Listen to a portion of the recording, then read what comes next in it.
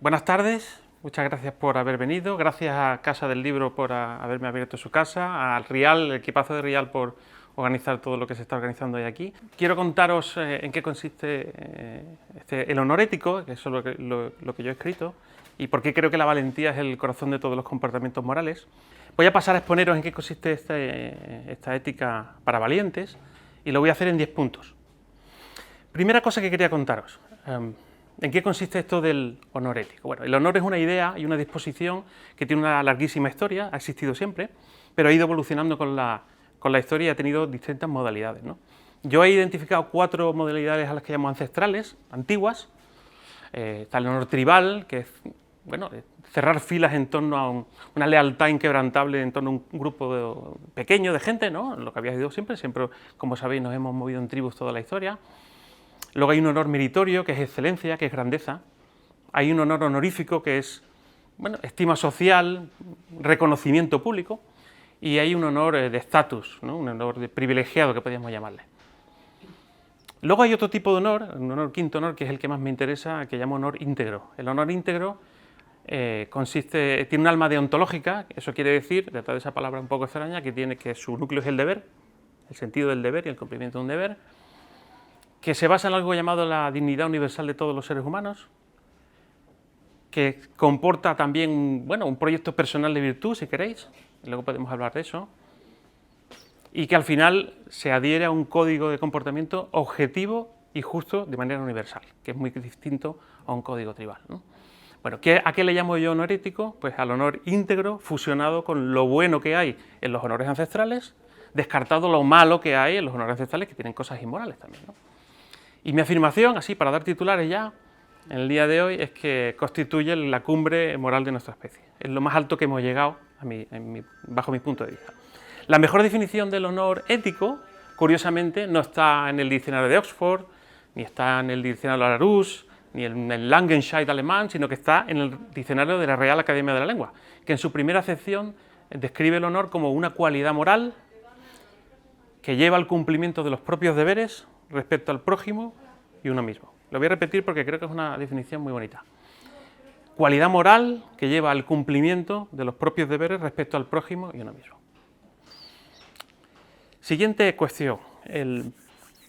Este honor ético al que me refiero tiene una base sentimental y enseguida lo voy a distinguir de la base emocional. Quiere decir que hay una serie de sentimientos morales entre los cuales yo destaco 3. Hay un sentimiento en distinta dirección, ¿vale?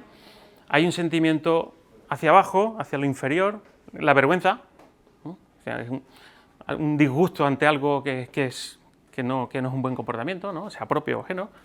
Hay un sentimiento horizontal que es la compasión, que es una especial relación con mi prójimo, y hay un sentimiento ascendente que es la reverencia, que es la admiración ante los mejores, ¿no? Ante los mejores. De modo que yo creo que la gente que hace lo que tiene que hacer, lo hace porque siente que lo tiene que hacer, ¿no? Y eso es algo muy, muy particular.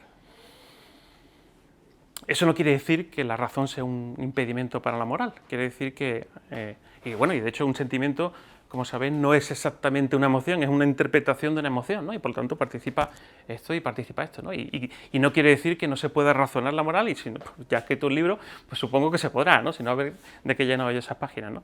Lo que quiere decir es que fundamentalmente la gente que hace el bien es una gente que tiene el corazón educado. Y quiere decir también que la gente que hace lo que tiene que hacer actúa como por un resorte, o sea, es una persona de honor, es una persona que no duda, que no vacila cuando pasa delante de esa persona algo que tiene que hacer, ¿no? Y por lo tanto el gran poder de los sentimientos es que tiene un poder de movimiento, y por eso a las personas de honor les emociona y les motiva, las dos expresiones tienen que ver con movimiento, hacer lo que deben de hacer. También afirmo que dentro de este concepto del honor ético hay creencias fundamentales sobre ti mismo que son muy importantes, fundamentalmente la autoestima y el autorrespeto, ¿no? Yo no creo que la ética sea valores, no me gusta mucho la expresión, sino que creo que son comportamientos y el pozo que te dejan en el carácter. Tercera cosa que quería contaros, relacionado en este caso con la valentía.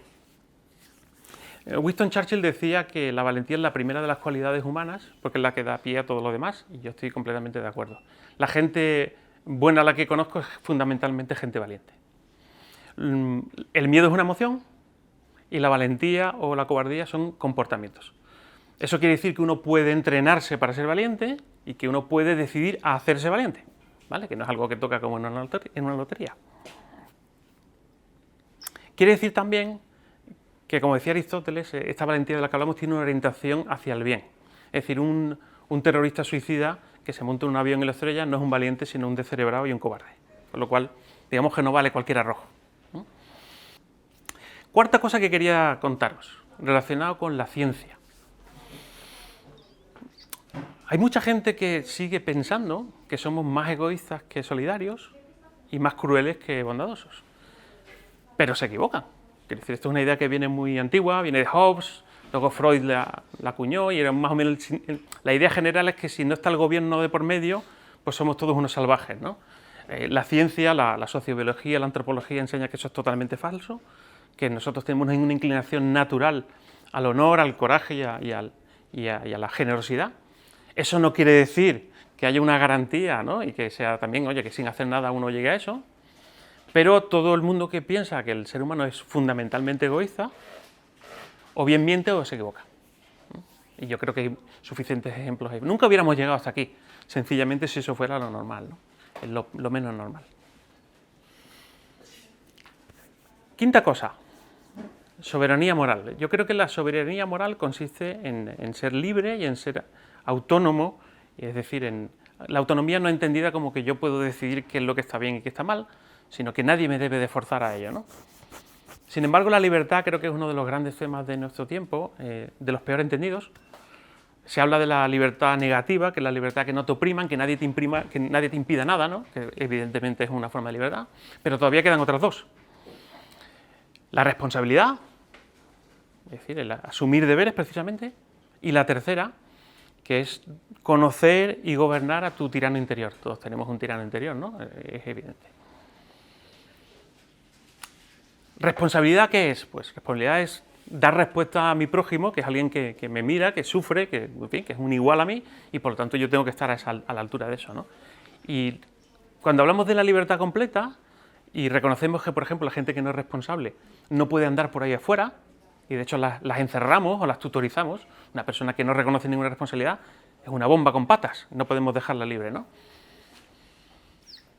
La traducción de eso a nuestro mundo es que una vida libre está llena de obligaciones. Aunque suene un poco extraño, una vida verdaderamente libre está llena de obligaciones. Y lo segundo es que el honor, que es el garante sentimental del deber, es el que creo que asegura que tengamos sociedades libres, igualitarias y buenas. Y por lo tanto es fundamental.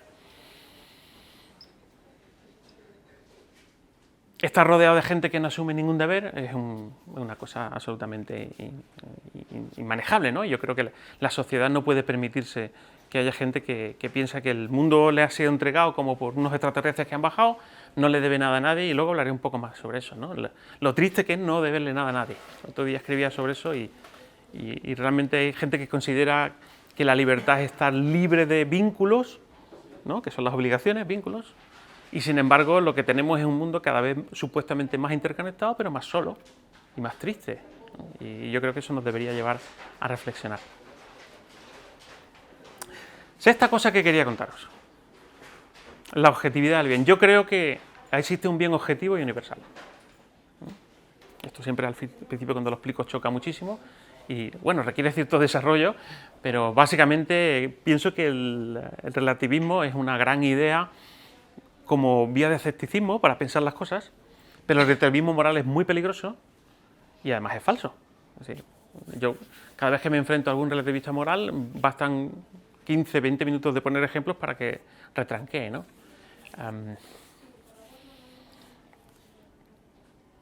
Si no hay cosas que estén mal o bien en todos los sitios, ni siquiera sabemos de qué estamos hablando. Ni siquiera tenemos nada de lo que hablar, ¿no? Es decir, si solamente son sabores, como a mí me gusta la vainilla, a ti le gusta el chocolate, pues el ejemplo que pongo siempre cuando tengo gente más joven delante es la ablación, ¿no? Que es un ejemplo suficientemente dramático, ¿no? Y entonces primero entran o en clase, en cualquier... No, pues yo creo que cada uno tiene su moral y hay que respetar todas las ideas. Bueno, pues entonces te parecerá bien eso, ¿no? Bueno, parece que todos tenemos la idea de que hay cosas que están mal en todas las situaciones.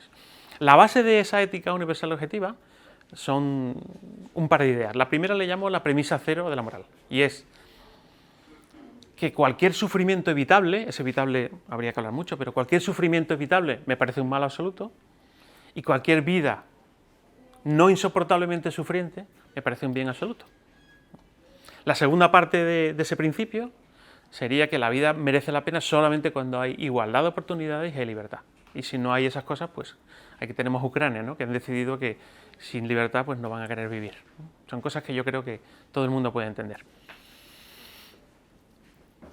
El hecho de que haya... He dicho antes que el honor ético me parecía la cumbre moral de nuestra especie, que ahora estoy hablando que hay una objetividad moral, quiere decir que lo que se le ocurre al pueblo X o a la nación Y sobre lo que está bien o está mal, pues es independiente de lo que en realidad es, ¿no? Por supuesto, todo esto no es para echarle la bronca a gente de hace 20 siglos que se ha muerto, ¿no?, que hay gente que se dedica a echarle bronca a gente muerta. No sé muy bien para qué sirve, pero hay que ver los romanos, tal. No, quiere decir que efectivamente no se puede decidir, uno no puede decidir solo qué es lo que está bien y lo que está mal, sino que tiene que hacerlo respecto a una base. Y quiere decir también que la objetividad moral consiste en tener principios. Me gusta mucho la palabra principios porque es muy gráfica, ¿no? O sea, principio es lo que va al principio, esto es antes de todo lo demás, ¿eh? Entonces, son cosas que, las famosas líneas rojas, ¿no?, que igual que hoy se mencionan, se salta la gente a piola constantemente, ¿no? Pues son cosas que no se pueden negociar y cosas que no se pueden vender, ¿vale? Yo creo que la mejor explicación sobre qué consisten los principios es de Groucho Marx. Y no es lo que estáis pensando, eso que dijo Groucho, que no lo dijo, por cierto, que no lo dijo, lo de yo tengo unos principios, mis principios son estos y si no le gustan tengo otros. Eso es mentira, no lo dijo él, ¿vale? Groucho lo explica con una anécdota que le pasó a él realmente. Hay una chica que le gustaba y bueno, pues, empezó a hablar con ella, se acercó a la barra del bar y se puso a hablar con ella, ¿no? Y en un momento dado Groucho tenía estas ideas y le dijo, bueno, te acostarías conmigo por 100 millones de dólares. La cantidad así exacerbada, ¿no? Claro, 100 millones de dólares a aquella chica le pareció una pregunta retórica. Es decir, ¿de qué estamos hablando, no? Nadie puede negarse un dinero que, yo qué sé, me solucionaría mi vida, la de mis hijos, la de mis nietos, etc., ¿no? El caso es que dice, bueno, pues sí, me costaría. Y en ese momento Groucho saca un billete, ¿vale? Imaginaros que esto es un billete, que no tengo ninguno, y lo pone encima de la barra del bar y saca un billete de 10 dólares. Lo pone encima de la barra del bar y dice, vamos al lío. La otra se queda así y dice, un momento, ¿con qué te has creído yo que soy? Y él le responde, lo que usted ya ha quedado muy claro, ahora solamente estamos discutiendo el precio. Bueno, esos son los principios, son cosas que no se venden y no se negocian. En séptimo lugar, quería hablaros de una cosa que es la individuación. Me gusta distinguirlo del individualismo, aunque básicamente cuando es sano es lo mismo. Quiero decir, creo que el ser humano ha seguido un proceso esencial para su historia moral, que es la individuación, es decir, la consideración de que la dignidad de una persona está por encima de cualquier estado y cualquier tribu, y que no se puede pisotear, ¿no? Y creo que cuando el ser humano ha sido colectivista, y hay muchos ejemplos históricos, ha sido peor y se ha entregado al crimen con alegría. Por lo tanto, esa idea de que una persona tiene un valor en sí misma y no hay cosas que no se pueden, y la dignidad humana no se puede pisotear en ningún caso, me parece una gran idea. Sin embargo, en los últimos tiempos ha pasado una cosa que llamamos el individualismo expresivo, y es un desvío en el camino. Un desvío que ha llevado el asunto más por el lado del consumismo, por el lado del egoísmo, del vacío, y creo que eso es lo que está dando pie a que los totalitarios se hayan venido un poquito arriba, ¿no? Y entonces ahí tenemos los chinos diciendo que nuestra sociedad es decrépita, pero ellos atacan al individualismo en concreto, ¿no? O sea, todo, ¿no? Pero evidentemente se refieren a esta enfermedad nuestra, ¿no? O sociedades feudales 2.0 como Rusia, o satrapías como la de Oriente Medio. Toda esa gente está súper contenta viendo que nosotros nos hemos desviado un poco del camino e intentan impugnar el completo, ¿no? Bueno, yo creo que tenemos que combatir con eso y recuperar esa vía de emancipación, diciendo a la gente que, bueno, que los deberes están antes que los derechos y que por lo tanto ser una persona libre implica no solamente reclamar cosas, ¿no? En noveno lugar, quiero hablar del heroísmo. Y aquí me dirijo sobre todo a él, de la familia Echeverría. Bueno, el heroísmo no es nada más que el honor cuando las circunstancias son las peores posibles y te estás jugando la vida, ¿vale? Eso es algo tan sencillo. El heroísmo es algo súper banal, estamos rodeados de héroes, lo que pasa es que estamos más pendientes de otra gente, ¿no? Pero es algo que cualquier persona puede serlo. El problema es que a los mediocres el heroísmo pues ya le viene mal, les va mal, ¿no? Hay mucha gente interesada en que pensar que todos somos la misma mierda porque eso te disculpa, ¿no? Hoy hace justo 5 años, en Londres, un chaval, Ignacio Echeverría, vio cómo estaban atacando con un cuchillo a una chica y lo que hizo Ignacio fue correr en dirección contraria a la mayoría de la gente. Se fue hacia esa chica, como sabéis la salvó, después vio un policía en el suelo, también hizo algo por él y eso le costó la vida. Claro, la ejemplaridad es una putada, con perdón. Porque la gente cree que la ejemplaridad es decirle que el reino debería estar en Sanxenxo. Pero la ejemplaridad no, la ejemplaridad significa que en un mundo donde ha vivido Ignacio Echeverría no se puede vivir, no se debe vivir como si no hubiera existido Ignacio Echeverría. Y eso nos pone las pilas a todos. Mala noticia para la gente mediocre. Mala noticia para la gente mediocre. Bueno, yo creo que necesitamos a los héroes, necesitamos referentes y existen, lo único que tenemos que respetarlos y admirarlos, ¿no? De la manera que se merecen, porque realmente todos, no la gente joven, todos necesitamos espejos en los que mirarnos y sitios elevados en los que, en lugar de hacer caso a los que venden la basura televisiva, a los odiadores de redes sociales, que en realidad se lucran con nuestras bajas pasiones, que también existen, o sea, esa potencialidad destructiva la tenemos, ¿no? Pero tenemos que mirar hacia arriba, ¿no? Oscar Wilde decía que todos estamos en las alcantarillas, pero algunos miramos a las estrellas. Pues hace falta que más gente mire hacia arriba, ¿vale? Hace falta que más gente mire hacia arriba, ¿no? Al final, hablar del honor también significa reconocer que hay gente que es mejor que otra gente. Es decir, para que hagáis una idea, el símil sería tal que así, ¿no? Todos somos como montañas, entonces si nos miras desde la base, todos los seres humanos somos iguales, y ahí vendría Antonio Machado diciendo que nadie es más que nadie, y eso es verdad, pero cuando subes a la cima, la cosa cambia, y efectivamente hay gente mejor que la otra, y hace falta que haya gente mejor que la otra y lo reconozcamos, ¿no? Bueno, la última cosa que quería contaros es que la posmodernidad nos vende alas a cambio de nuestras raíces, y es un camelo. Yo creo que la gente que no tiene raíces, pues siente un vacío, y hay una cosa que se llaman crisis noógenas, que son gente que va a la consulta de mi mujer, ella es psicóloga, que está aquí, y no tiene ninguna patología aparente, pero está vacía, está perdida. Hay gente realmente yendo al psicólogo sin que le pase nada, ni sin que haya ningún cable suelto, por decirlo de una manera muy coloquial, pero sencillamente sin ninguna razón para vivir, o sin razones suficientes para vivir. El honor, en cambio, es trascendental porque te religa al pasado y al futuro, ¿no? Y además es una forma de identidad.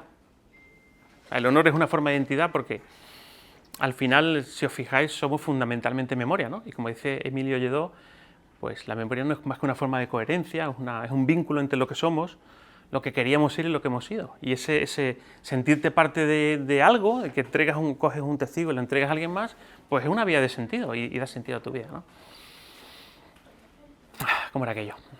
La vida es una sombra en marcha, un mal actor que se pavonea y se agita una hora sobre el escenario y después no vuelve a saberse de él.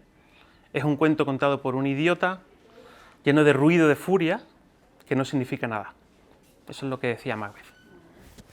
Yo creo que casi todos los empeños nobles que hay en la vida consisten en desmentir a Macbeth. Y creo que eso es lo que hace el honor. El honor te dice de cabeza y de corazón que hay algo más grande que tu yo minúsculo, digno, pero minúsculo, y es conectarte con la historia de la vida y con la gente que hizo cosas antes que tú. Esta librería existía antes, ¿no? Y ha habido gente que ha ido añadiendo cosas, ¿no? 100 y pico años, me contaba Raúl que tiene, ¿no? Y él se siente parte de una tradición y eso lógicamente da sentido a su vida. No es como si hubiera caído Raúl en un platillo volante y esto hubiera caído aquí, ¿no? Somos parte de esa contiguidad humana, ¿no?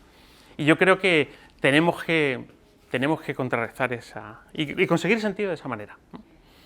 Hay un poeta irlandés, William Butler Yeats, que escribió hace un siglo un poema muy bonito y muy profético, creo, que se llama La Segunda Venida, ¿no? Que viene a decir que todo se desmorona, el centro ya no puede sostenerse, la pura anarquía se ha desatado en el mundo, desatada está la marea de sangre y en todas partes se ahoga la ceremonia de la inocencia. Los peores están rebosando de convicción y convencimiento, mientras que a los mejores les falta convicción. Y yo creo que esto es lo que nos pasa. Y además creo que la moral es que es la historia de nuestra dignidad, es una de las grandes aventuras que nos quedan. O sea, que es una de nuestras grandes epopeyas, ¿no? Yo creo que está la moral, está la belleza, está la verdad, está el amor, y fuera de ahí yo creo que no hay épica, lo que hay es lo que dicen en Rosalén y Sole de un durar y transcurrir, ¿no? Lo que hay es supervivencia, ¿no? Y pienso que una persona de honor es una persona que siente que tiene que hacer lo correcto, que defiende, que tiene unos principios, está dispuesto a erguirse en vertical, o sea, a estar de pie cuando las cosas se ponen malas, y por lo tanto de ahí va a recibir todo ese sentido, ¿no? Tenemos que combatir a Macbeth y tenemos que hacer de nuestra vida que en lugar de ser un cuento contado por un idiota, pues sea una historia compartida, algo que nos haga sentir orgullosos, y yo creo que lo tenemos al alcance de la mano. Y en definitiva, pues lo que dicen ellas dos, ¿no? Eso de durar y transcurrir no es lo mismo, no nos da derecho a presumir, porque no es lo mismo que vivir, honrar la vida. Muchas gracias. Gracias.